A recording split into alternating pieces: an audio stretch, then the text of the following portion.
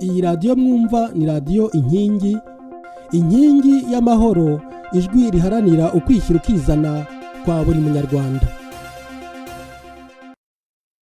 Bakunzi ba radiyo inkingi ndabasuhuje. Tugiye kuganira na ambasaderi Jean-Marie Vianney Ndagijimana. Jean-Marie Vianney Ndagijimana akaba aba mu Bufaransa. Jean-Marie Ndagijimana rero ngira ngo abakunda kumva radiyo n'abantu bakunda kumva ibyerekeranye n'u Rwanda ndetse no mu karere, byerekeranye na politiki ndetse n'uburenganzira bw'ikiremwa muntu, ngira ngo muramuzi. Ariko kuba batamuzi reka tumuvuge mu magambo make.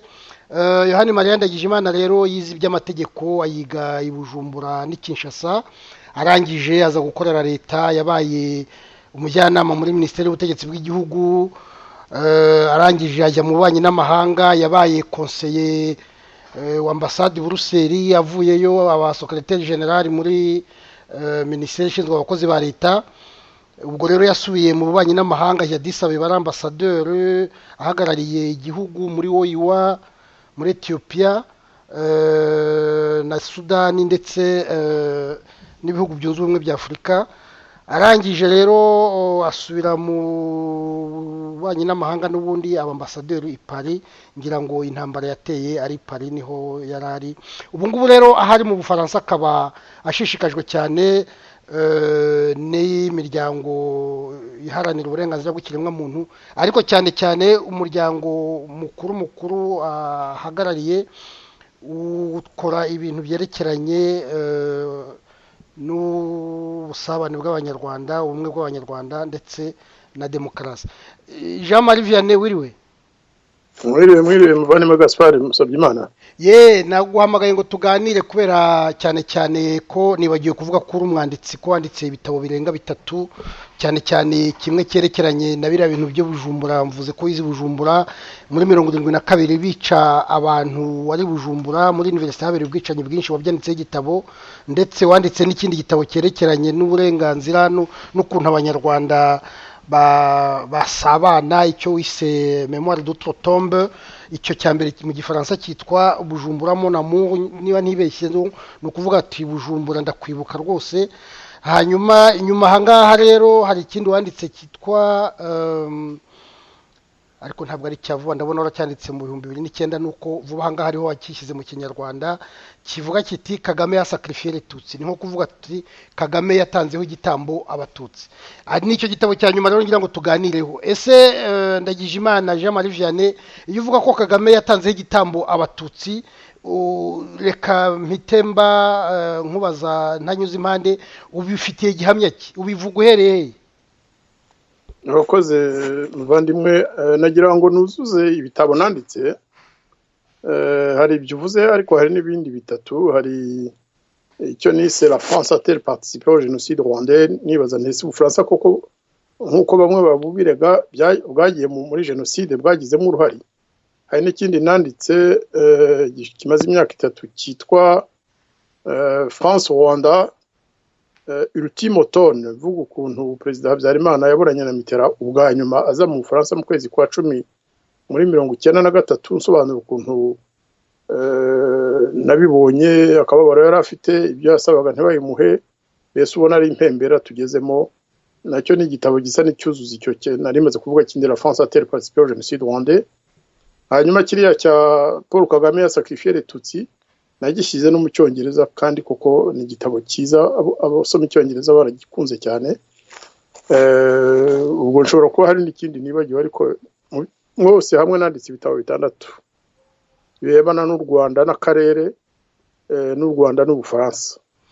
Urakoze kubyuzuza. Ubwo rero reka tugaruke kuri icyo ngicyo cya nyuma. Ibyo kuvuga ko Paul Kagame yatanze abatutsi igitambo cyangwa ko ibitambo, kuko ni benshi bishwe, iryo jambo ibitambo rifatwa kwinshi. Hari abavuga bati, hari umuntu uherutse kumbwira ati ijambo ibitambo wakoresheje muri Bibiliya no mu byerekeye idini bivuga ikindi. Nge mbabwira ko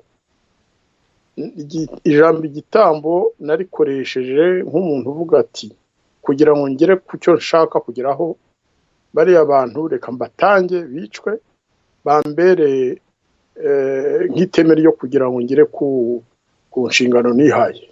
Iyo sansi ya kabiri rero niyo mfitiye gihamya, kuko haba mu magambo, haba mu bikorwa, haba mu buhamya nagiye mpabwa n'abantu benshi, ari abakoranye nawe hafi, ari n'abaganiriye nawe mu gihe mbere mbese ya jenoside, baba abanyarwanda baba abanyamahanga, harimo na General Dallaire uriya wanditse ko yakoze mu biganza bya shitani, nawe arabihamya mu gitabo yanditse. Mfite gihamya, kuko burya gihamya si ukuvuga ko wabihagazeho.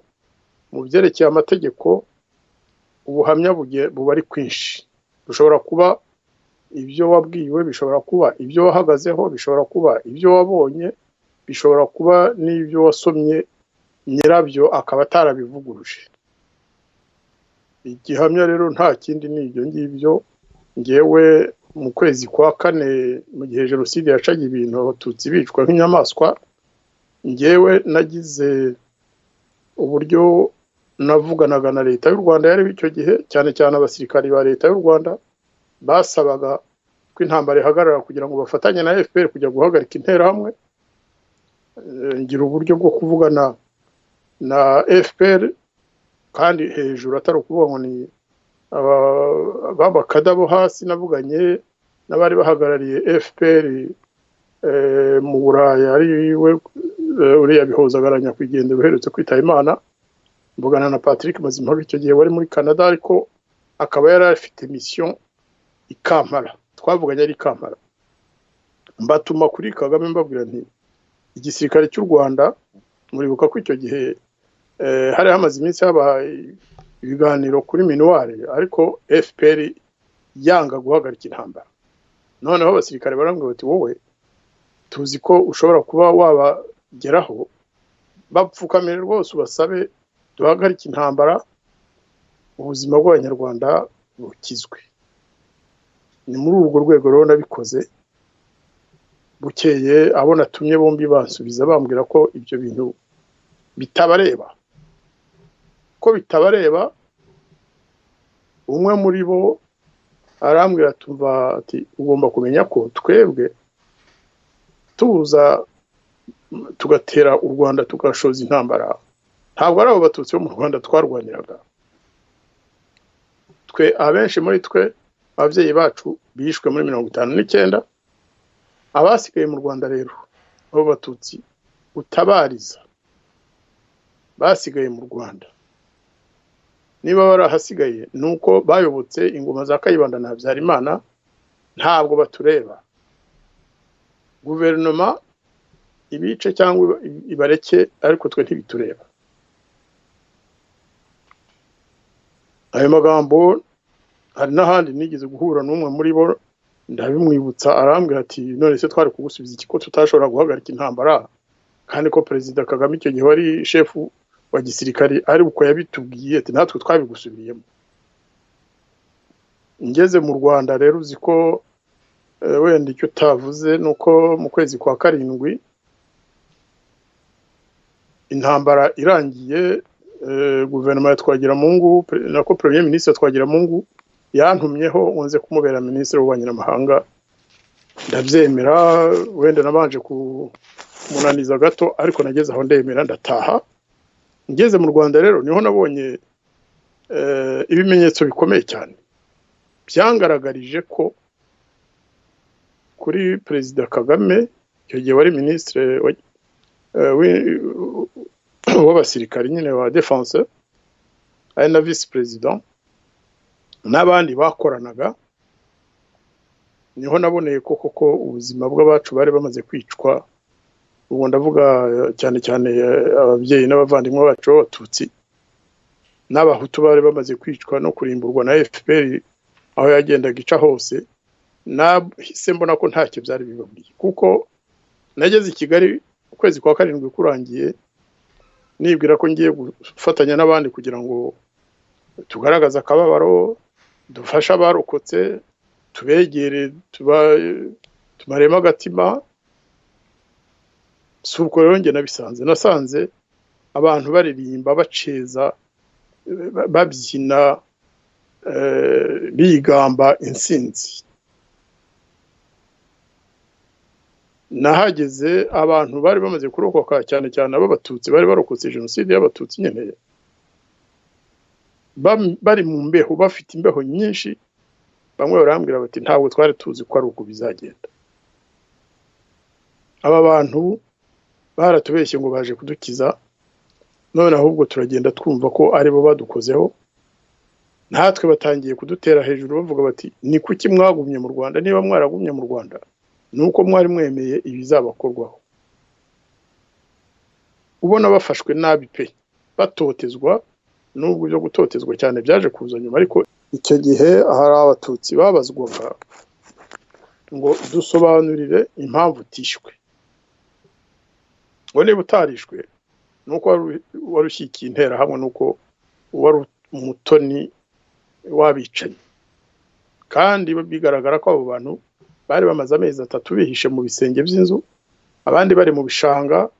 Basangaga abantu bwose barabaye n'ab'inzobe, bari barabaye ibikara ibingibi, mbese nk'uko n'abanyarwanda bari barahungiye muri Kongo bari bameze nyuma bamaze gutangira kurwara no kujya mu mashyamba.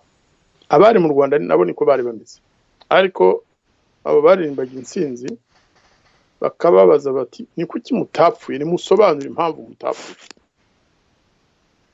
Ubwo rero nakubwiye ko nakoze n'ubushakashatsi ku ruhare rwa FPR mu bwicanyi bwabaye mu gihe cyitwa icya jenoside yakorewe abatutsi. Ubwo simvuze ubwicanyi bwakorewe abahutu kuko wambajije ibyerekeye igitabo cyanjye, ariko mu gitabo cyanjye mvuga harimo na chapitre ivuga ukuntu FPR yisha abahutu. Ngewe nkaba narabyise mu gitabo cyanjye nabyo ko ari jenoside. Urumva rero ko muri ubwo bushakashatsi nashyizemo n'ibintu bamwe na bamwe bo muri FPR bagiye bambwira. Ubu noneho batangiye no gutanga ubuhamya, ngira ngo urabona kiriya gitabo cya Jean Pierre Mugabe aratanga ingero avuga ukuntu FPR yagendaga ikica abatutsi hirya no hino kugira ngo ibyitirire ingabo z'u Rwanda cyangwa interahamwe. Mugabe aravuga ukuntu icyo cyose nari nkize mva mu Rwanda ntarakimenya, ariko Jean Pierre Mugabe aravuga ati muri 1993 igihe abasirikare boherezwaga muri CND, ndavuga aba FPR, Kagame yoherejemo benshi, baragenda bajya gucengera mu nterahamwe, bahinduka interahamwe nk'izindi, bakajya ku marondo hamwe n'abandi, bakajya gutoteza abatutsi hamwe n'abandi. Igihe cy'ubwicanyi abo basirikare ba FPR nabo bisha abatutsi. Jean Pierre Mugabe avuga n'amazina yabo, akavuga uwabayoboraga, bazaritwaga Mugisha cyangwa izina nk'iryo, ndetse ngo bamwitaga n'interahamwe hagati yabo. Abo basirikare bose abatarishwe muri icyo gihe hafi ya bose basubiye muri CND, ngo bagezemo Kagame atanga itegeko ryo kubica kugira ngo batazamena iryo banga, kugira ngo batazagira umenya ko FPR nayo yari mu bwicanyi bwakorewe abatutsi. Kuko icyo kinyoma yakomeje kurisha, icyo kinyoma amahanga yemeye ko FPR yahagaritse ubwicanyi, kandi ahubwo yaraburetse ngo bube burangize, ikabuza n'abashaka gutabara kubikora. Ibyo wenda turaza kubigarukaho bwa kabiri mu gice cya kabiri, ariko nabyo ubinose.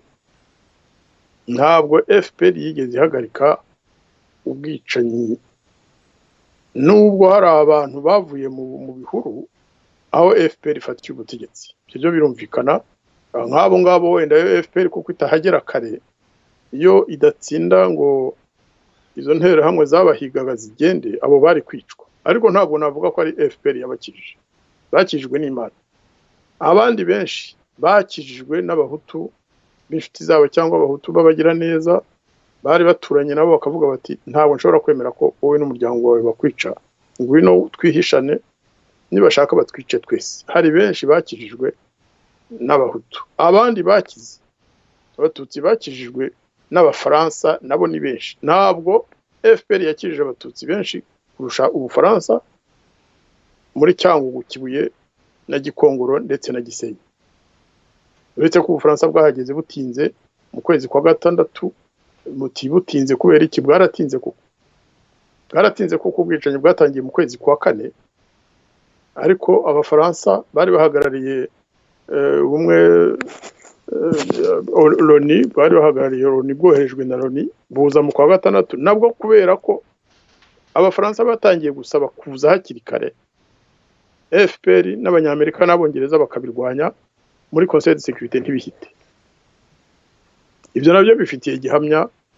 Hari conference nagiyemo mu kwezi kwa gatandatu mu 2014 hari ya Lahe, harimo bambasaderi bose b'ibihugu by'ibihangange bari muri Conseil de Sécurité, mu kanama gashinzwe nyine amahoro ku isi muri icyo gihe cya jenoside.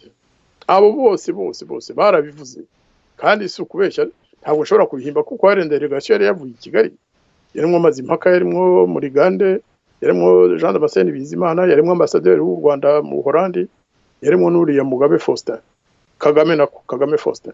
Abo bantu bahari muri iyo nama, ba ambasaderi b'ibyo bihugu baravuze bati icyatumye tudatabara nta kindi. Hari n'uwavuze ati ni ukubera cynisme ya FPR.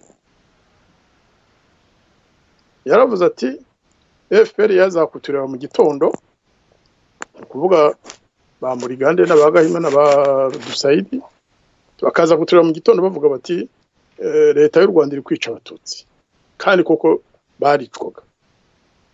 Ariko twajya mu nama muri Conseil de Sécurité kugira ngo twige ukuntu twahagarika ubwo bwicanyi, abaje kutubwira mu gitondo ko hari abagome bari kwica Abatutsi bagaca inyuma bakaza kutubwira bati ntimutabare, kuko nimutabara intambara izaba irangiye, ntabwo tuzoba tugifasha ubutegetsi.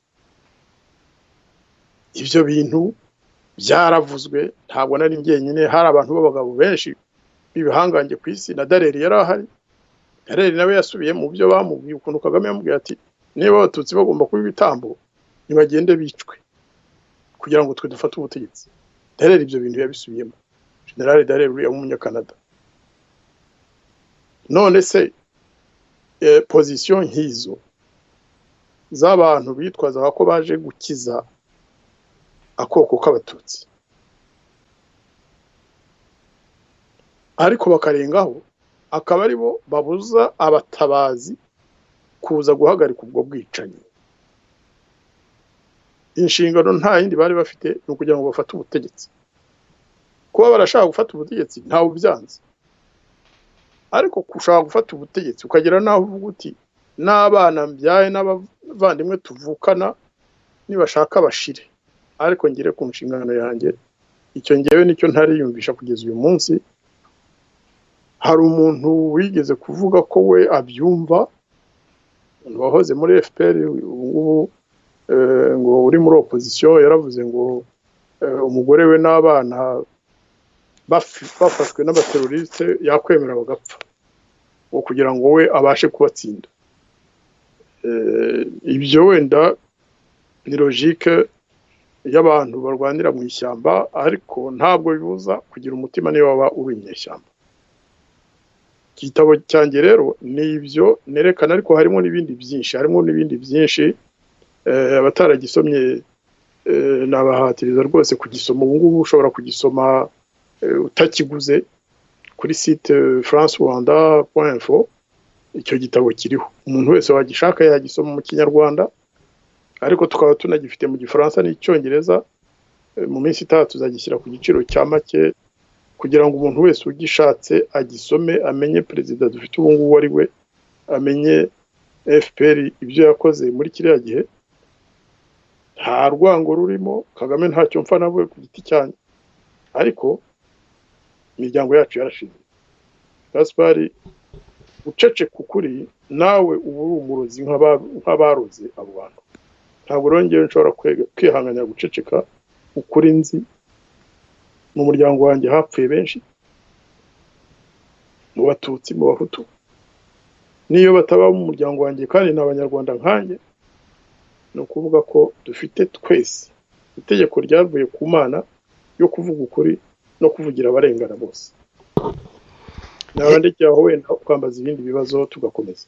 Urakoze Jean Marie, ibyo uvuga byo kuvuga ukuri ntabwo mbishidikanya kuko nakubwiye ko mperutse gushakashaka nyine nshaka kugutumira, mbona ahantu wagiye gutanga ikiganiro muri Canada cyerekeranye n'itsembatsemba ryakorewe abarundi b'abahutu, uvuga ibintu byabaye kuri Université y'Ubujumbura aho abasirikare bazaga bagahamagara abanyeshuri b'abahutu bakabajyana ntibagaruke. Usanga mbese koko mu byo uvuga hasa naho ni nko kuvuga uti reka nsiga ikintu nibura abazadukurikira bizababera amasomo. Ariko reka ngaruke kuri iki gitabo cyawe. Nibyo koko wabaye muri guverinoma ya mbere yashyizweho yarimo ba Seth Sendashonga n'abari bamaze impaka yari yewe na Faustin Twagiramungu. Ariko ndashaka kugaruka kuri kiriya kintu wavuze uti Kagame yagize igitambo abatutsi, uvuga ko habaye muri iriya tsembatsemba habaye tsembatsemba ry'abatutsi ariko n'iry'abahutu. Ahangaha ndagusha no mu byo Sendashonga yasize, yavuze ko yakomeje kwandikira Kagame, amwandikira amabaruwa arenze 600 avuga ko abasirikare bamaze gufata ubutegetsi barimo bica abahutu umusubizo. Sinzi niba ayo mabaruwa Sendashonga yasize avuga ko habaye naho jenoside y'abahutu nk'uko wabivuze, habaye itsembabwoko ry'abahutu. Ese nabyo wagira icyo ubibwiraho abatwumva cyangwa muri icyo gitabo cyawe niba warabikomojeho? Urakoze.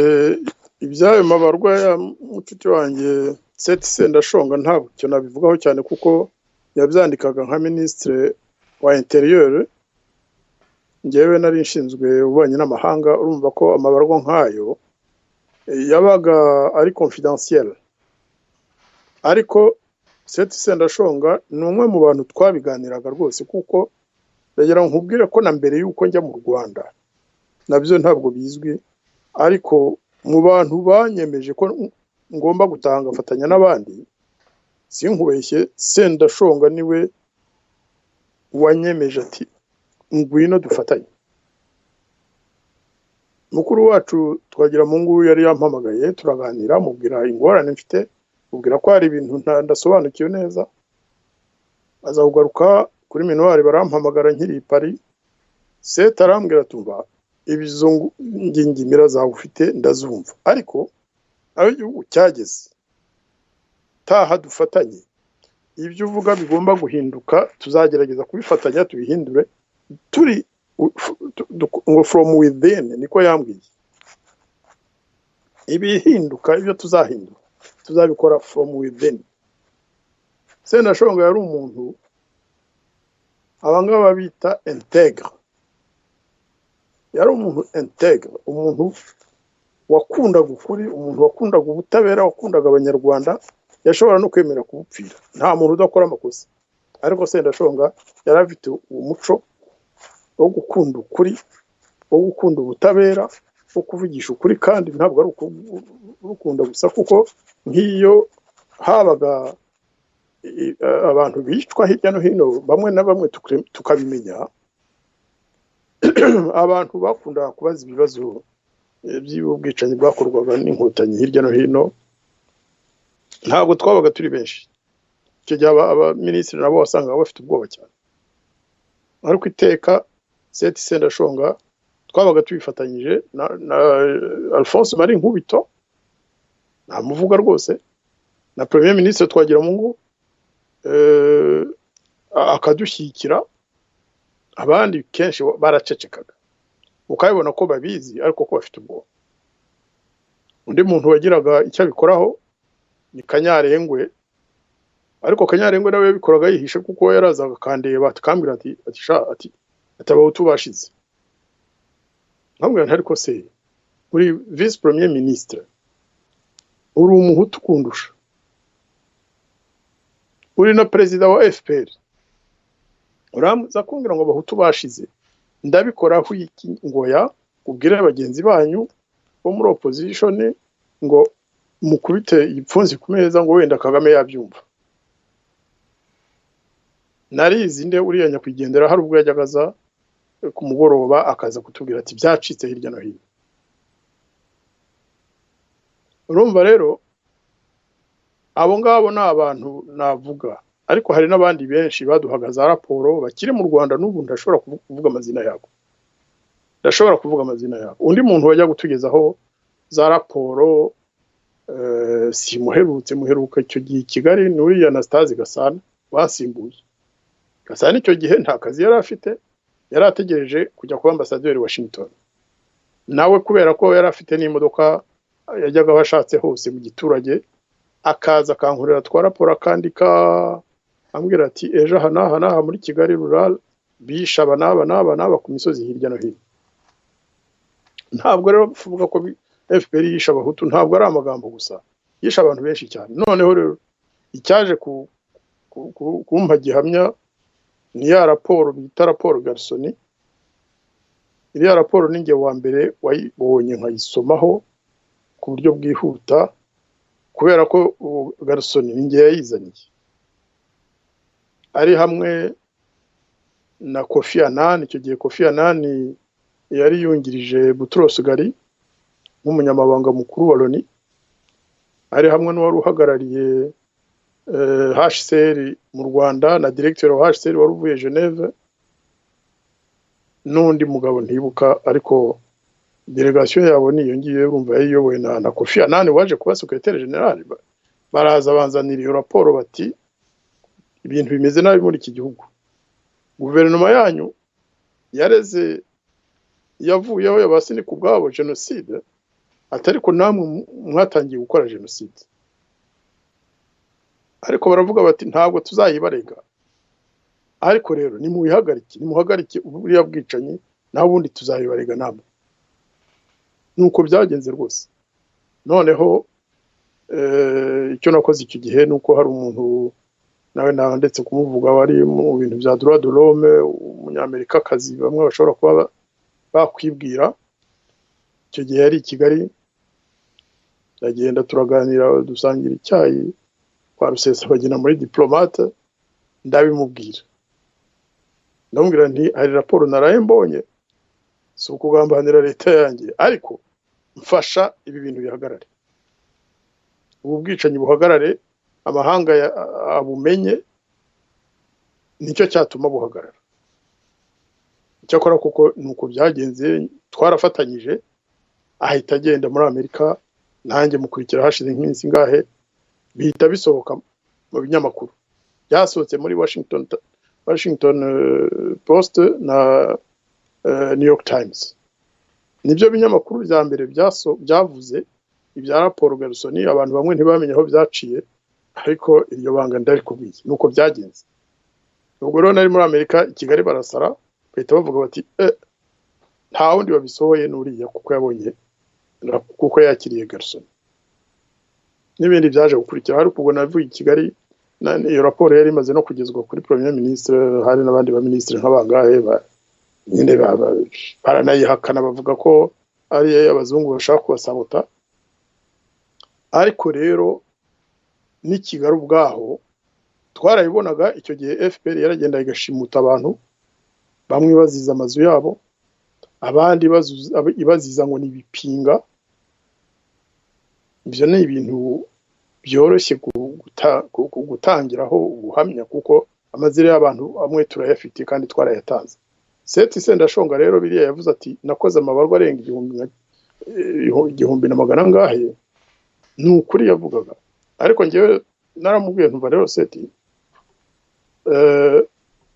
ibi ngibi byo gukomeza gukora za raporo no gutegereza ngo bizahagarara, ntabwo nkibyemera.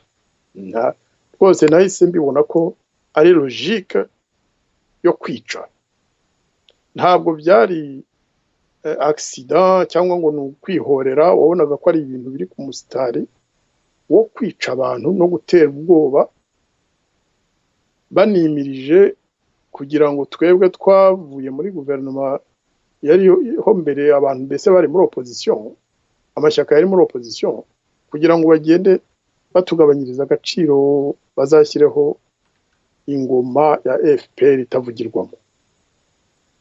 Nuko byari bimeze muri 1994 nawe bivuga ngo birangize, ariko ubwicanyi bwo bwarabaye kandi ubu ngubu ho biragaragara ko butigeze buhagarara. Biriya byo kuvuga ngo bazatera Kongo, njye navuye mu Rwanda ku itariki ya 3 y'ukwezi kwa 10, ku ya mbere nagiye i Nyamirambo mu munsi w'intsinzi, nararebye kandi nateze amatwi. Nagira ngo mbabwire ko Premier Ministre Twagiramungu we yanze kujyayo. Yarabimbwiye rwose ati ntabwo nzajya muri iriya ntsinzi kuko nta ntsinzi mbonamo, imiryango yacu yarashize, barajya gukora iminsi mikuru y'intsinzi kubera iki. Ntabwo yigeze ansaba kubivuga, ariko nizeye ko atari ibintu bimuteye isoni cyangwa bimubangamiye, ibyo yarabyanze pe. Njye nagiyeyo kugira ngo ndebe, kugira ngo numve. Uwo munsi niho Kagame yafashe ijambo avuga ngo bari abashenzi bari muri Kongo, avuga ababyeyi bacu, avuga abavandimwe bacu, ngo dushobora kugenda tukabakorera ibyo twakoreye n'abandi. Uwo munsi naravuze nti burya FPR yatewe u Rwanda ivuga ko ije kubohoza igihugu, icyo gihugu babohozaga nacyo sinkizi kuko ntabwo cyari kiboshye nk'uko kiboshye ubu ngubu, ariko bateye batwita abashenzi. Mu by'ukuri abantu bari mu Rwanda kuri Kagame n'abandi bake bakorana kandi binjiranye mu Rwanda icyo gihe, abari mu Rwanda bose bari abashenzi. Byo kuvuga ngo bahuta Abatutsi ntabyo byabarebagaho. Abantu bo mu Rwanda bari abashenzi. Nicyo gituma burya haje na ziriya politike zose zo guhindura ibintu, politike zo guhindura ururimi. Igifaransa cyari ururimi rw'abashenzi. Abari mu Rwanda mbere twari abashenzi. Icyo gihe sinkubeshye, ni mu mpamvu zimwe na zimwe zatumye mvuga nti sinshobora kuhaba, sinshobora gukorana n'abantu bita abanyarwanda bashenzi kandi bari kwicwa n'amacinya mu nkambi z'impunzi. Aho yagize ikintu cy'impuhwe, aho yagize ikintu cyo kuvuga ati nimutahe muri abavandimwe, wenda bamwe muri mwe mwarahemutse ariko tuzababarirane twiyunge, n'abashenzi nshobora kuzabasanga nkabamara. Ku itariki ya mbere y'ukwezi kwa 10/94 urumva ko hari hashize amezi 3 gusa, nayo atagezeho yari amezi 2 mu by'ukuri, intambara irangiye. N'ibindi byinshi byabaye hagati aho byagaragaza ko iriya ngoma n'ubundi izarangira mu maraso. Ubwo niba ufite ibindi bibazo Gaspard wambaza tukagenda twibukiranya. Hari ibyo wenda umuntu adashobora kuvugira kuri radio, akazareba ubundi buryo byamenyekana, ariko ibyo byose nibyo byatumye mvuga nti reka mvugire abatinya kubivuga, kuko nk'ubwo urumva titre y'igitabo cyanjye ndavuga Abatutsi. Kagame yatanze Abatutsi ho ibitambo. Kigisohoka hari abantu b'Abatutsi b'inshuti bambwiye batari ko se waretse Abatutsi tukabyivugira. Ndababwira nti nimubivuge, ariko nanjye ntimukajya mwibagirwa ko nanjye rega mfite amaraso y'Abatutsi, ko nanjye napfushije Abatutsi benshi, baba mu muryango wanjye, baba ab'inshuti. Ntimukanibagirwe kandi ko mfite n'amaraso y'Abahutu. Ndi umunyarwanda 100%, wenda 99.05%, kuko nta maraso y'Abahutu y'Abatwa mfite, ariko Imana yampa nayo ntabwo nari kuyanga. Ndababwira nti iki gitabo kiratabariza abatanzweho ibitambo, ariko ntikibagiwe n'abishwe na FPR, n'abishwe n'abandi bicanyi batari n'Abatutsi. Niyo mpamvu yatumye mvuga nti nzavugira bose. Umuryango nyobora witwa Ibuka Bose, Rengera Bose. Ni ukuvuga ko ngewe inshingano mfite y'ubuzima bwanjye nuko ntazigera nceceka kuvugira abarengana b'abahutu b'abatwa b'abatutsi. Niyo nshingano nihaye, nzayikomeza, ikizaba cyose Imana nizagikora, ariko ntabwo nshobora guceceka ngo nuko leta y'u Rwanda bitayishimishije. Urakoze Jean Marie Vianney, nakuretse uravuga kuko ibintu uravuga aho ndi hano ndimo ndumva biteye urumeza, kuko ni ibintu bikomeye cyane, ngira ngo abantu benshi ntabwo babizi, no kujya tubisubiramo hari inshuro nyinshi. Nafashe ko bakibyina insinzi abari bavuye mu ishyamba nyine baje ibyo basahuye ubwo ngubwo bari bamaze kunywa haye no kurya no urumva ibintu byose basahuye, nta kuntu batari kubyina insinzi, ariko bari basohotse aho bari bihishe, urumva bo bari bababaye wa mugani, kandi urumva ko basa n'abashinyaguriye. Ikindi cyane y'ubwoba nyine kandi cyanabayeho bakomeje kuvuga ni biriya nyine byo kujyana intera hamwe bakazishyiramo abantu ba FPR cyane cyane b'abatutsi kugira ngo bice, kugira ngo icyaha kizafate. Hanyuma ikindi nabonye nuko Kagame koko abantu benshi barabivuze, ariko hari n'ababirwanya, ntabwo yahagaritse itsembabwoko nk'uko abivuga. None se ikintu rero kintangaza Jean Marie Vianney nuko iyo urebye ubu ngubu mu Rwanda aho rugeze, wagira ngo ibyo bintu byose byaribagiranye, kuko iyo urebye za Rwanda Day ukareba mu Rwanda hari ukuntu ubu ngubu nk'iyo Kagame yamamaza abantu bahurura ugasanga baruzuye.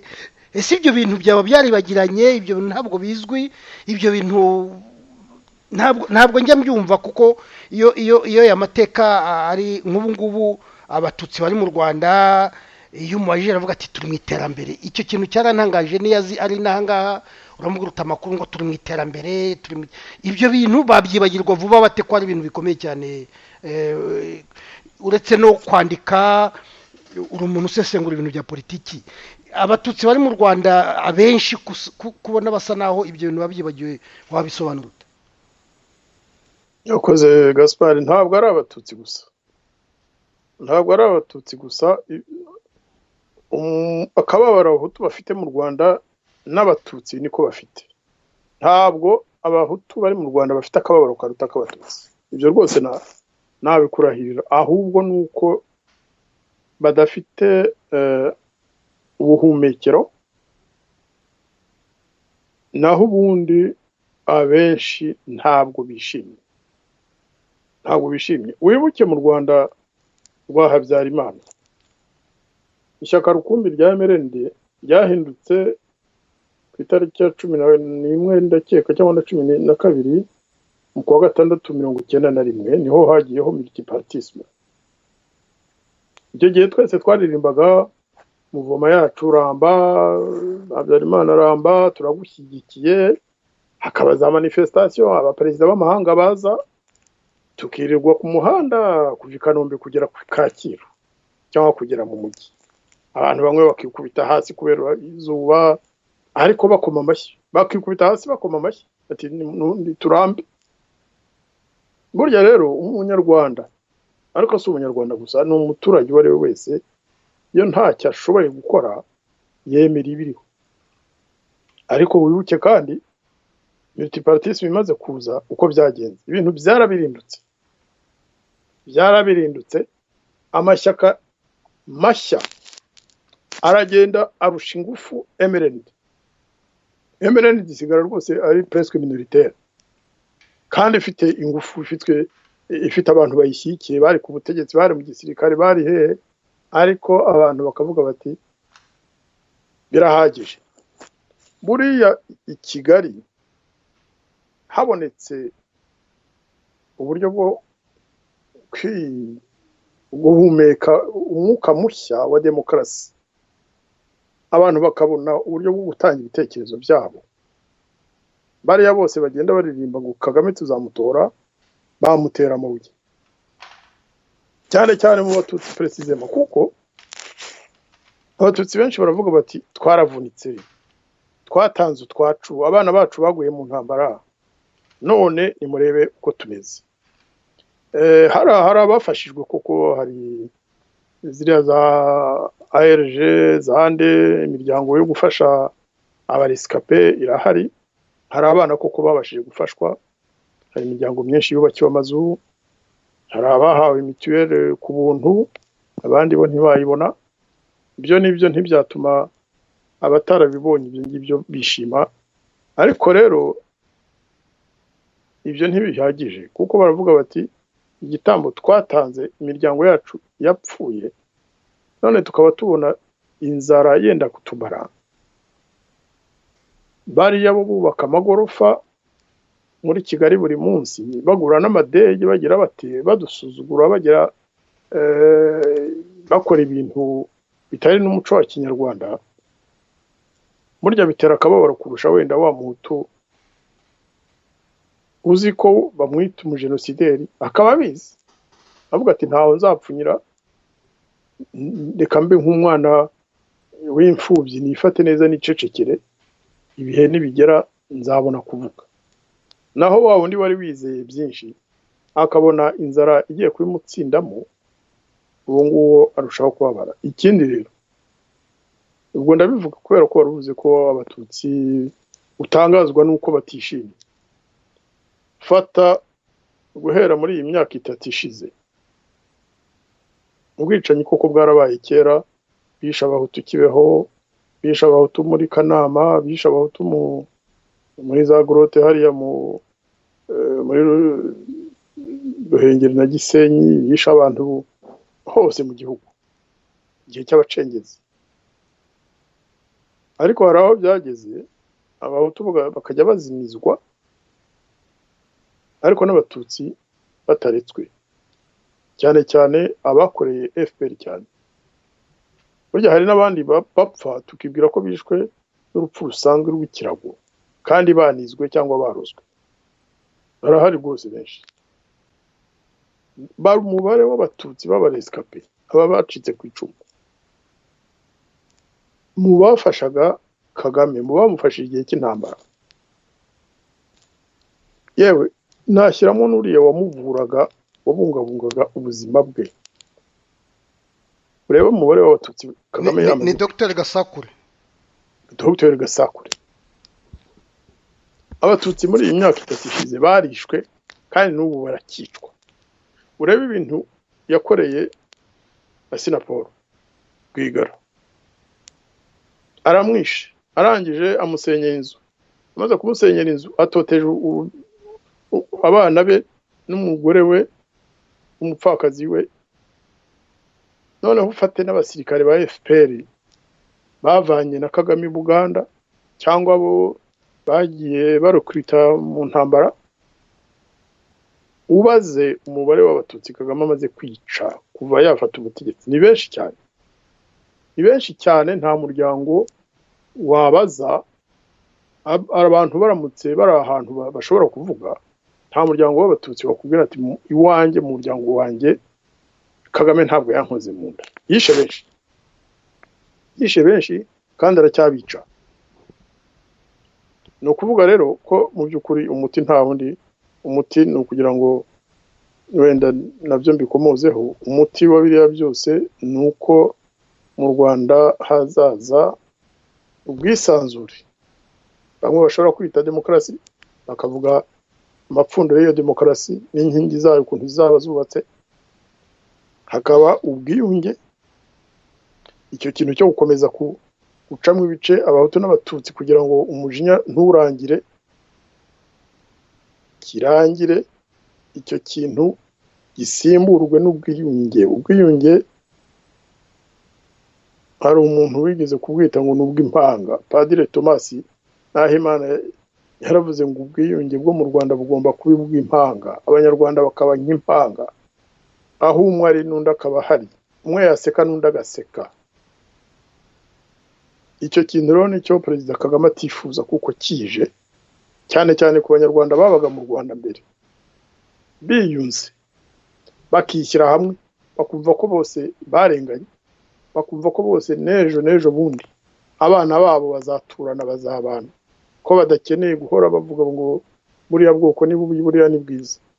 Icyo kintu Perezida Kagame ntabwo cyifuza. Yifuza ko hakomeza kuba bamwe bababara bakagira za frustration, abandi nabo bagahora mu kintu cyo kubeshywa ngo nibo babereyeho, kandi mu byukuri bose bitwa, bose batotezwa, bose bafungwa umututsi uvuze ati mwaretse rwose tukabana tugakundana twese tukibuka abantu bose ko abantu bareshya ko nta rupfu rwiza rubaho uwo bahita bamufunga nicyo uriya musore Kizito Mihigo yazize kubera ko ari umwana amwita umwana kuko angana n'abanjye umwana ufite umutima mwiza watekereje ageze aravuga ati abanyarwanda bose bagomba kureshya nicyo kizazana amahoro adakuka mu Rwanda nicyo kizatuma abanyarwanda biyunga mbere y'ibyo bya demokarasi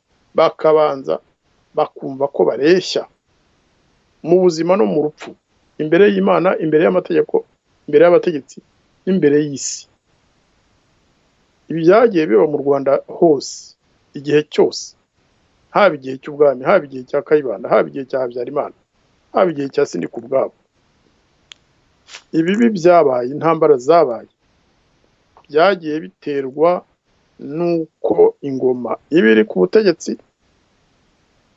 ivangura ntiba abanyarwanda ntibaha uburenganzira bureshya hakaba abavangurwa igihe cya Kayibanda birazwi abatutsi ntabwo bari bishimye ntabwo bari bafashwe neza igihe cya Habyarimana abatutsi baravuga bati twaravangurwaga mu by'akazi ntabwo twakandagiraga mu komine twajyaga muri za ambasade twajyaga mu prefecture mu gisirikare ntabwo twari duhari urumva igihugu rero kivangura abaturage bamwe bagahora bahekenya amenyo abandi bishimye ntabwo gishobora kuba mu mahoro muri iki gihe nuko bimeze nabo nubwo ugenda ugasanga abahutu hirya no hino mu butegetsi ariko baba bagenda bikandagira nk'abana b'imfubyi mu gisirikare ho mu byerekeye ibyo bita high command cyo hejuru ni abatutsi gusa akenshi baturutse i Buganda gese ntenya kubivuga gukomeza guhisha ukuri niko gutuma umuti ushakishwa utaboneka kuvuga ngo nta moko akibaho ni ukubeshya ni ikinyoma gikomeye cyane ntabwo haba harabaye jenoside twita y'abatutsi kandi Kagame ndumva atarayihakana na guverinoma ihari ntabwo ihakana ko habaye jenoside y'abatutsi ntiwavuga ngo habaye jenoside y'abatutsi hanyuma ngo uvuge ngo nta bwoko bubaho nta bwoko bugize bubaho hari abega hari abaki reka amoko yarazwi yadukoze mu nda nayo uko ari atatu niyo agomba kumvikanishwa ku buryo bw'ubureshyeshye buzira ubusumbane ntihagire umunyarwanda uhora afite ubwoba twe niyo nshingano dufite kandi niwo mushinga turi gutegura tuzawugeza ku banyarwanda ibizaba birimo tubishobora kuzashimisha bose dore mu kwezi kumwe tuzaba twabishyize ahagaragara twabigejeje ku mashyaka twabigejeje muri societe civile twabigejeje no ku bihugu by'inshuti si ukuvuga twe ntabwo dushaka kujya mu butegetsi cyangwa muri iyo komite yacu y'ubumwe amahoro n'ubwiyunge icyo dushaka gusa ni ugutanga ibitekerezo amashyaka ashaka demokarasi tukabiganira akavuga bati biriya bitekerezo byanyu natwe nibyo dufite twifuza tukabyumvikanaho twese tukaba twabishyikira cyangwa tukabigorora tukaba dufite umushinga duhuriyeho dushyira imbere tukavuga tuti dore mu Rwanda uko bimeze mu Rwanda hari ivangura mu Rwanda hari iki n'iki twe turashaka kubihindura abakora politiki bashaka kuzayobora u Rwanda mu myaka itaha izi nshingano aya mahame niba muyemeye mutubwire tubashyikire kugira ngo umuhindure ibiriho mu Rwanda abari mwebwe mufata intebe icyo kintu tuzagikora kandi tuzifashisha n'abandi banyarwanda bose bakunda ukuri bakunda abanyarwanda batavangura bakunda ubutabera bifuza nuko abanyarwanda mbese bahurira hamwe nta bwinshi nta munyarwanda muke nta munyarwanda mwinshi icyo kintu tugomba nacyo kukiga kuko nacyo kiri mu bitera ubwoba hari bamwe bavuga bati nitudakoresha igitugu ubutegetsi tubugundire ejo bundi hakaba amatora bariya bazabufata rwose abandi nabo bati nitureka abo ngabo ngo bakomeze bategeke bazatumara ibyo rero byose nibyo turi kureba ukuntu twabitekerezaho tukazabigeza kuri bagenzi bacu. Gaspari n'abandi mufite amaradiyo tuzabasaba kudufasha kugira ngo muduhe ijambo tubisobanure, wenda duhurire no mu manama turebe ko twakuzuzanya tukabona ibitekerezo twahuriraho kugira ngo iriya ngoma iri gutsemba abanyarwanda na culture rwandaise turebe ko yaha umwanya abandi bashobora kureba igihugu cyacu muri demokarasi, cyane cyane ko tubona n'amatora agiye kuba azaza ari icyorezo. Ahangaha nabona umwanya rwose wo gushima no gushimagiza bariya basore n'inkumi biyemeje kwiyamamaza, nubwo ari amatora tuzi ko ari fake, ariko hari ababikoze babyemera bavuga bati turebe ko hari icyahinduka. Nk'uriya mwana umukobwa wa Rwigara, njye mbona yarakoze ibingana n'ibya Victoire, ibyo Victoire Ingabire yakoze mu 2010. Uriya mwana yari akiri muto, icyo gihe ndumva yari afite imyaka nka 28, ariko aho ageze ubu yakoze nk'ibya Victoire kandi afite n'ibitekerezo bizima bishobora kuzagira aho bihurira n'ibyo byacu. Yerekanye courage ikomeye cyane. Abantu bari hanze, abari mu gihugu, abari mu mashyaka, abari muri societe civile, ibitekerezo nka biriya dukwiye kubishyikira tukareba ukuntu twahindura mbese imiterere y'igihugu cyacu gitegekwa ku nkota, gitekeshwa inkota n'umuriro. Ubwo aho ngaho naho wenda turahagaruka n'ubishaka cyangwa tuzabivuga ikindi gihe, ariko byo biri mu mishinga izaza. Urakoze Jean Marie Vianney, ntabwo amasaha arimo aratujyana, ariko ibibazo kuko ni byinshi ngira ngo tuzabigarukaho. Nk'ubwo ngubwo wavuze inama mwakoze mpuzamahanga hariya irahe, abantu bavuga bati abantu baraza bakatubwira ngo abatutsi bashize, undi akanyura inyuma toya nimubareke bashire kuko nimuhagarika intambara ntabwo tuzaba tugifasha ubutegetsi. Ibyo bintu n'igitangaza. Ubu ngubu noneho igihugu kigezweho n'Ubufaransa, usanga Kagame n'ibyitso yafashe hano i Burayi birimo bivuga bita Abafaransa nimwe mwakoze ishyano. Se iwowe Jean Marie Vianney, nzi ko byanditseho n'igitabo kandi nabyo kuko waravuze uti est-ce que la France a vraiment participé au génocide rwandais? Ni nko kuvuga uti est-ce que ko Abafaransa bakoze itsemba abatutsi? Ibyo bintu by'u Rwanda byo gushaka iteka kuvuga ko Abafaransa aribo nyirabayazana, nzi ko wabisesenguye nabyo, wenda dufashe kuri icyo gitabo, ariko wabivuga mu magambo makeya. Ese ibyo byo bihatse iki? Ibyo bihatse nanone ni ya politike y'urwitwazo, kuko nakubwiye ko FPR na Kagame bakoresheje abatutsi nk'urwitwazo rwo kugira ngo intambara yongere yubure, kugira ngo bafate ubutegetsi ku ngufu. Ariko koko byahera mbese kurasa kw'indege ya Habyarimana perezida. Ubu ngubu birazwi ku isi hose, birazwi. Mu myaka ishize 3 muribuka ko hari umucamanza wari mu Bufaransa wagiye mu Rwanda agaruka avuga ko ngo indege yaba yarasiwe muri Kanombe. Bafata aba expert bariya ngo bamenyereye kuba bakwerekana aho amasasu aturuka cyangwa aho urusaku rw'igisasu rwaturutse. Ariko byageze aho bigaragara ko bamwe muri abo ba expert bari aba expert b'ibinyoma, n'abantu n'ubundi bari basa n'abaciwe kuri uwo mwuga, kubera ko bigeze kugaragaza ko baryaga ruswa. Ikindi rero nuko hari abagabo bashya baje kuboneka bahamya ko Kagame ari we watanze amategeko yo kurasa indege ya perezida Habyarimana. Abo bantu ndagira ngo bashimire, kuko rimwe na rimwe ntabwo biba byoroshye. Twebwe twibwira ko ari ibintu byoroshye kubona General Kayumba Nyamwasa wahoze ayobora igisirikare cy'u Rwanda, Colonel Patrick Karegeya wari maneko mukuru. Hari ubwo twibwira ngo biraboroheye kujya gutanga ubuhamya. Yego Kagame bafitanye ikibazo, ariko niyo bataba bagifitanye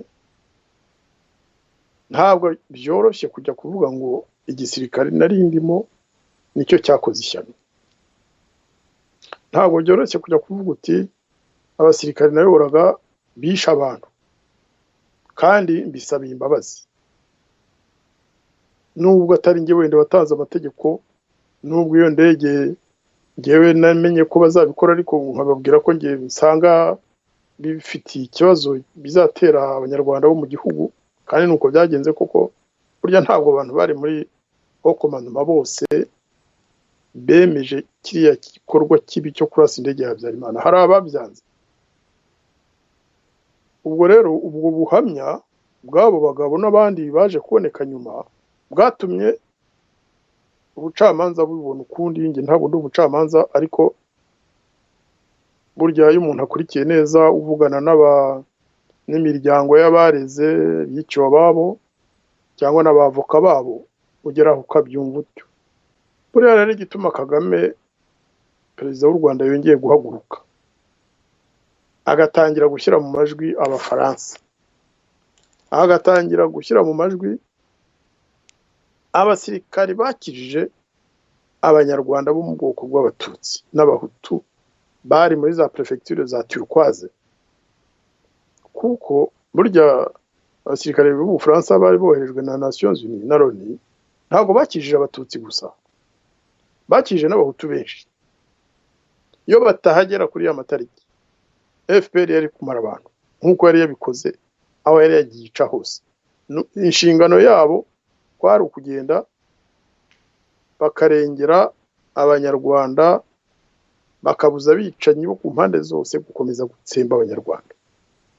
Ibyo rero byarabaye.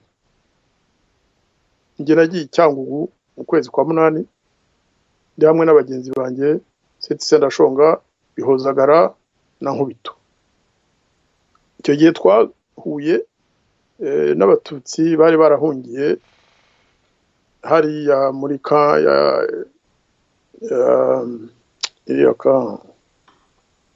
twahuriye kuri stade Nyarushishi. Ni abantu bari Nyarushishi, bari bahagarariwe n'uwitwaga Kamuzinzi, Kamatari wari umukinnyi w'umupira kera, ariko atari Kamatari w'i Kigali. Abo bantu baraje turaganira, batubwira uko byagenze, batubwira ukuntu Abafaransa babakijije interahamwe zamaze kubagota, kuko hari n'abasirikari ba FARC bamwe bari bashatse kujya kubicira aho bari bari mu kigo Nyarushishi, barinzwe na Croix Rouge na Gendarmerie y'u Rwanda. Abafaransa yo bataza kuri ya tariki ya 23 nabo ba gendarme hari bamwe nagiye gushakisha, ndababona turaganira. Abari bayobewe n'abavuga menshi Innocent Colonel. Abafaransa yo batahagera uwo munsi bari kwicwa. Ibyo nabyo tujye tumenya. Hari umugambi wari wakozwe wo kujya kwica Abatutsi b'Inyarushishi. Abafaransa barahagera, baratangira biruka ku nterahamwe, barashakisha intwaro aho zari zibitse ku misozi hariya mu Kinyaga hose muri Cyangugu. Bamwe baranabarasa, interahamwe barazirasa zirahunga ku Kibuye, uretse aho bamwe bishwe kubera ko Abafaransa bari batarafata position nyayo. Umuntu yavuga ati wenda bararangaye cyangwa baratinze, ariko naho bakije abanyarwanda benshi.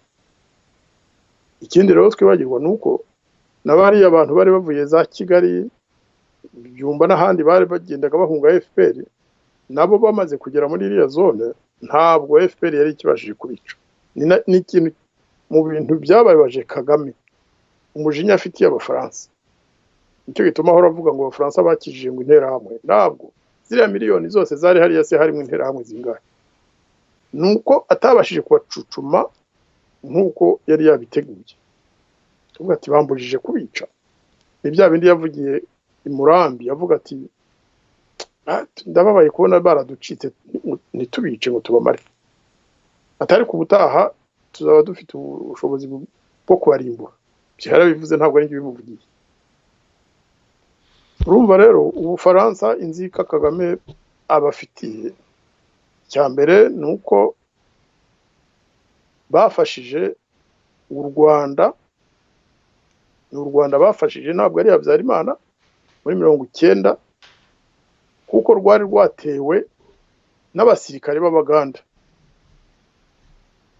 FPR itera ntabwo bari abasirikare b'Abatutsi bateye igihugu cyabo, baje ari abasirikari b'ingabo z'Ubuganda, bambaye igisirikare cy'Ubuganda, bari mu makamyo y'igisirikare cy'Ubuganda.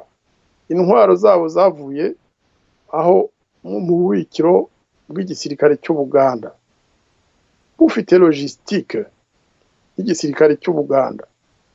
Museveni abashyigikiye na murumuna we Saleh. Urumva, ntabwo batera, bari Abanyarwanda, nubwo inkomoko yabo bari Abanyarwanda. Ariko u Rwanda icyo gihe rwari rwatewe n'igihugu cyo ku nkombe ya ruguru, Ubuganda. Ubufaransa butabara igihugu cyatewe. Icyo rero kikaba ari icyaha gikomeye cyane kuri Kagame, kuko ibyo bari bateganyije, kuko bari bazi ko u Rwanda rufite igisirikare gito, abasirikare bake, bibwira ko bagiye gufata u Rwanda mu minsi 5. Ibyo nakubwira mu bintu nabyo byantangaje, uretse ko bisanzwe nkigera i Kigali, umuntu w'umusirikare twaganiriye nka kangahe Inkotanyi, nuriya mugabo Karenzi Karake, icyo gihe niwe wari DMI. Bajya bavuga ngo ni Kayumba, ariko Kayumba ntabwo yari akiri DMI rwose kigera i Kigali. Bahise bamusimbuza ntuza Karake. Karake twigeze kuganira, arambwira ati Your Excellency, ati arubwo ujya wibagirwa ko intwaro zatumariye abana ari wowe wazohereje. Ntese izi, ati izo mwoherezaga mu Bufaransa muzohereza hano mu Rwanda, izo zatumariye abasirikare. Ndamubwira ariko se Karake, nari ambasaderi, ntabwo ari usaba imbabazi cyangwa iki. Nari ambasaderi, nakoze akazi kanjye. Abambasaderi turi kohereza ubu mu mahanga, nibagerayo tugakenera intwaro, tuzababwira bazishake bazohereza. Nituzazikoresha ibintu byiza, igihugu cyatewe, ambasaderi ntacyo agomba kubazwa. Nituzikoresha ibintu bibi byo kwica abaturage, ambasaderi yaraziguze cyangwa akazishaka kugira ngo afashe igihugu cye, ntacyo yabazwa, kuko yakoraga akazi ke. Nabo turi kohereza ubu bazabikora. Nawe umunsi wabaye ambasaderi uzabikora wanze ukunze. Ngo yego ngo ari byo, ngo ariko ngo ntabwo, ngo abana bacu ngo ntabwo babyibagirwa, birabareba, ariko yarakoze akazi kanjye kandi n'ubundi nzabikomeza.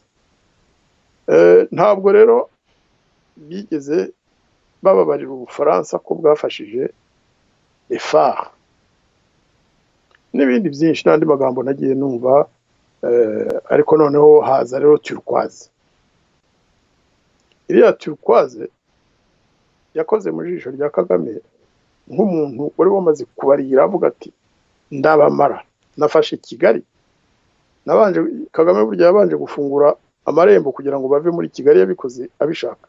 Ni strategy, ntabwo abafare n'abandi bava i Kigali. Kagame burya yarabishakaga, ariko avuga ati nibamara kugera hirya, abazaba bari mu Burundi, abazaba i Kibungo, abazaba bageze i Kigali, abazaba bavuye za Ruhengeri, tuzabashushubikana tubice, ntabwo bazabona igihe cyo kugera muri Kongo. Nicyo gituma inuza New York, ikipe ya New York bari barayongereye ihagarariye FPR, ijoro n'amanywa babaga bari kubwira ibihugu by'amahanga nyine byashaka ku-intervena, ati muramenye ntabwo dushaka ko mutubuza intsinzi yacu. Barabyanditse muri za communique bagize bate, ngo murashaka kutwiba intsinzi yacu, intsinzi y'amaraso y'Abatutsi n'Abahutu bari gupfa mu gihugu. Niyo ntsinzi ya FPR y'icyo gihe.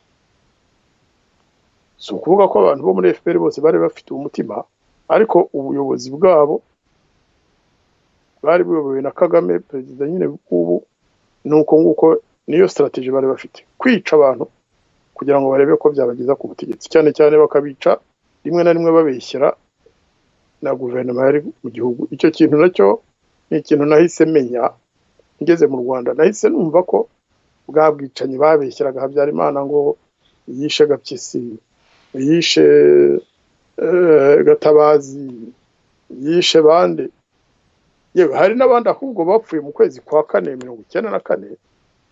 Umuntu azabavuga ikindi gihe bamwe b'abatutsi n'ubu bavuga ko ngo baba barishwe n'interahamwe cyangwa n'abafare bishwe na FPR. Uzwi cyane cyane uriya muvandimwe Nyungura, papa wa uriya muririmbyi Corneille.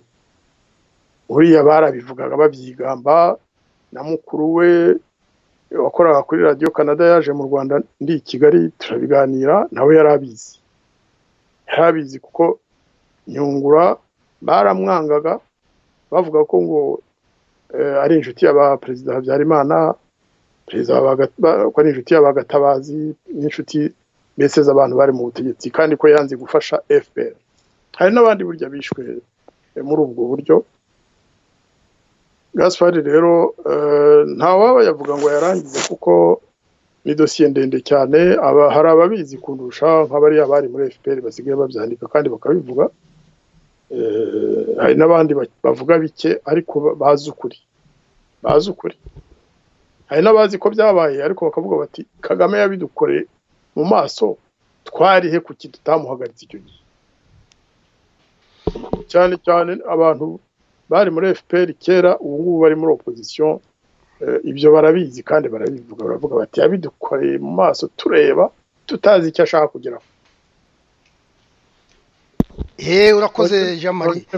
Abatwumva Gaspard, nongere mbwira abatwumva ko ngewe Perezida Kagame nta rwango mufitiye by'umwihariko, ariko nanga wamwicanyi umurimo.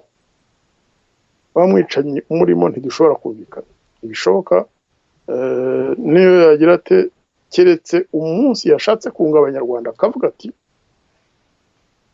nkuko Sawuli yabigenje. Sawuli waje kuba mutagatifu Paulo yari yaramaze abantu, yari yaramaze abakristo bica abatsemba hirya no hino, ariko ageza abonekerwa n'Imana aravuga ati kuva uyu munsi nyobotse Imana baye mu Kristo, atangira ahubwo gukwiza evanjiri.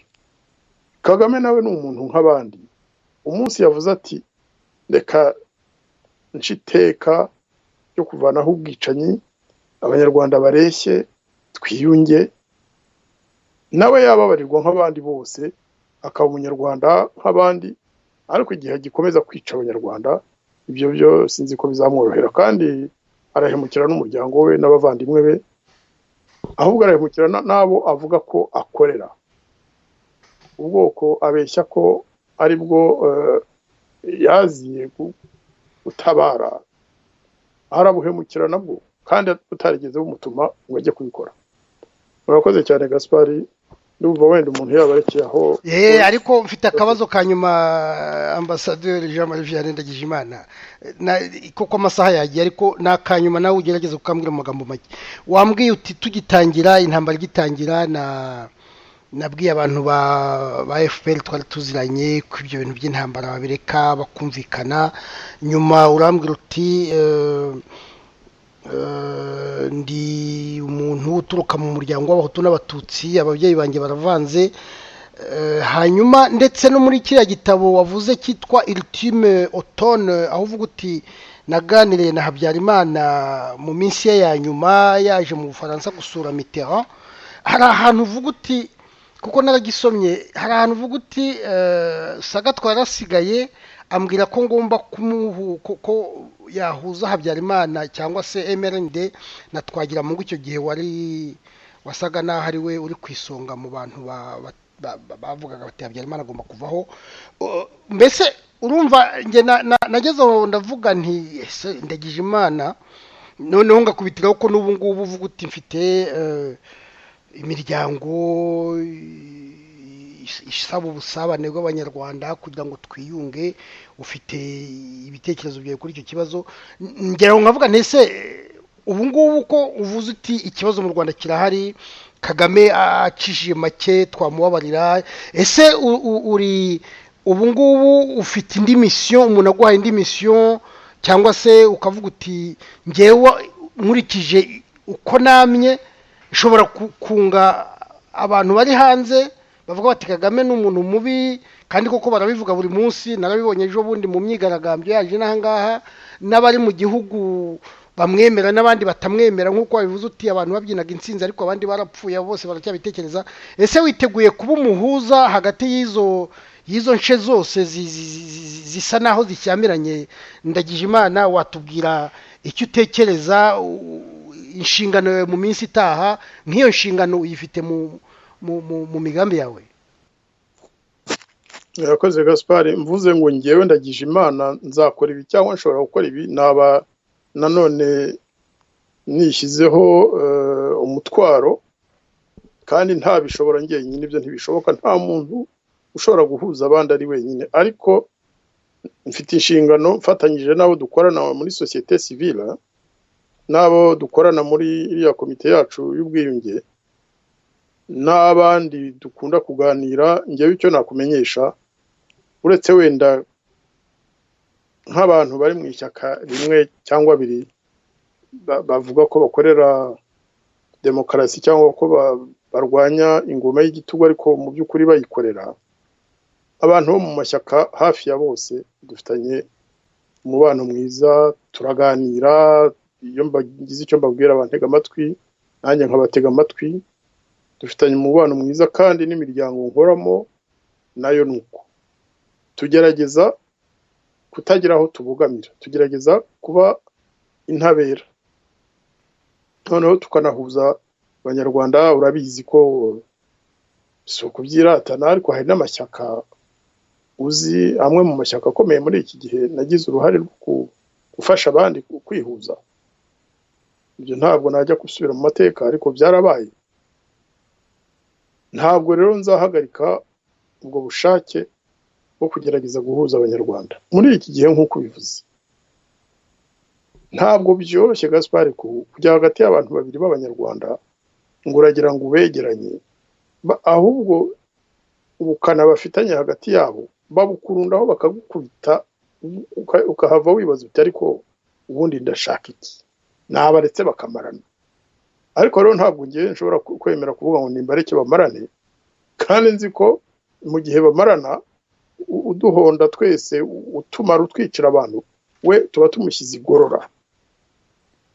Nkwemereye rero hamwe n'abo dukorana mu miryango ya societe civile, cyane cyane bariya twihurije hamwe mu nama mpuzabikorwa y'imiryango ya societe civile nyarwanda.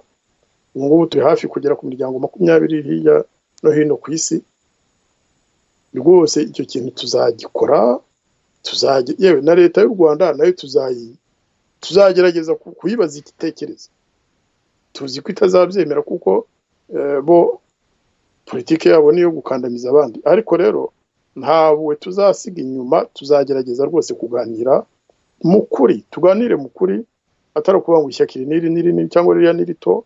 Twese turabavandimwe, turebe ukuntu twasoma amateka yacu hamwe, tugafata ibyiza duhuriyeho, ibibi, ubuhemu twagiye tugirana, tukabyamaganira hamwe, kugira ngo ya tronc commun, ya nkingi y'ibyiza duhuriyeho, aba ariyo dushyira imbere, twiha ingufu, turebe ko abanyarwanda bava muri kariya kaga. Ibyo rero koko si ukwirarira, ariko tuzabigerageza nk'uko dushoboye. Si njyewe uyobora iyo miryango yose, ariko ndi umwe mu bashobora gutanga ibitekerezo, kandi akenshi iyo tubitanze tubyumvikanaho. Ndagushimiye ahubwo kubajije icyo kibazo, kandi nawe nk'umunyamakuru wazadufasha kujya tubigeza ku banyarwanda bandi, ukadufasha niba ufite n'aba bantu bo mu ishyaka runaka mushobora kuba muvugana neza, cyangwa amashyaka yandi mushobora kuba muganira neza, ukadufasha ko ibyo bitekerezo atari ibyo gushaka kwishyira imbere. Nta nyungu dufite yindi uretse kuba twahuza abanyarwanda, demokarasi, kwishyira ukizana, guharanira umuco wa kinyarwanda mwiza atari uriya wo kuvangura tukabigeraho turi hamwe dufatanya akaboko niyo nshingano yacu. Urakoze. Urakoze Jean Marie Vianney. Nibutsa abatwumvaga ko nyine nari kumwe n'ambasaderi Jean Marie Vianney Ndagijimana, nanjye hano i Buruseli muri studio za radio Inkingi yari Musabyimana Gaspard wabagejejeho iki kiganiro. Muramuke, murakoze.